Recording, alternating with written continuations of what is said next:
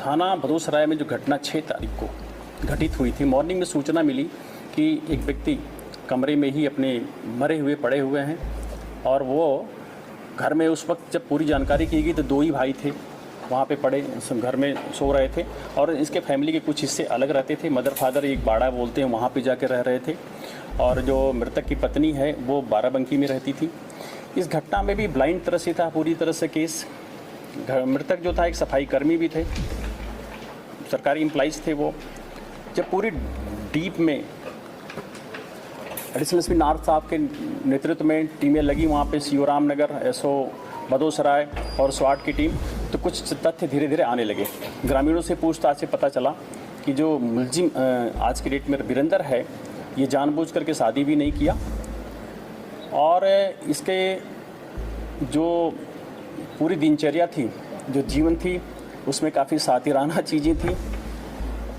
उस दिन जो घर से एक राइफ़ल बरामद हुई थी वो पूरी तरह से उसमें तेल से इसने डुबो रखा था ताकि हमारा ध्यान फोकस हो उधर। घटनास्थल के इंस्पेक्शन पे जो हमारी फील्ड यूनिट गई और ऑफिसर्स हमने इंस्पेक्शन किया तो मालूम चला कि जिस एंगल से गोली मारने की कयास वो बार बार बताना चाह रहा था सबको और समझाना चाह रहा था, उस एंगल से गोली लग नहीं सकती। पोस्टमार्टम हुआ तो और चीज़ें साफ़ हो गई कि वो तो सीधा स्ट्रेट गोली सामने से मारी गई उसके सर के पीछे से, जो वहाँ पे बाहर से की नहीं जा सकती।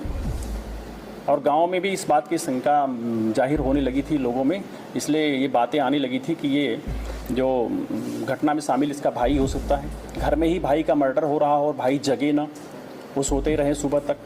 तो ये सारी चीज़ों के परिप्रेक्ष्य में जब इनसे पूछताछ की गई गहराई से, तो इसने घटना को स्वीकार किया और फिर बताया कि मैंने एक तमंचे से इनको मारा था और उसने बरामद भी कराया है।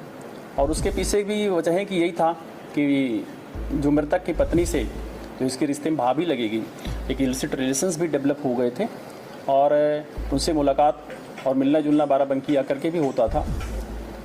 मृतक के पास अच्छा खासा LIC थी, करीब 50 लाख रुपए उसके मरने पे मिलता। नौकरी उसकी पत्नी को मिल जाती। कुछ ड्यूज बकाये भी थे पैसे का जो वीरेंद्र कर रखा था, जिस पे ये भाई नाराज़ होता था मृतक। तो ये सारी चीज़ों से हम बच जाएंगे और ये सारी चीज़ें फिर हमारी हो जाएंगी। इस लालच में उसने अपने भाई की हत्या किया था। आज वो गिरफ्तार हो गया है। केस पूरी तरह से अनावरण हुई। घटना में प्रयुक्त तमंचा जिससे उसने 315 बोर का मारा था वो बरामद हुआ है। ऑलरेडी बुलेट हमें बरामद हुई है पोस्टमार्टम में बॉडी से, तो हम उसको मैच भी कराएंगे, एक अच्छा एविडेंस होगा।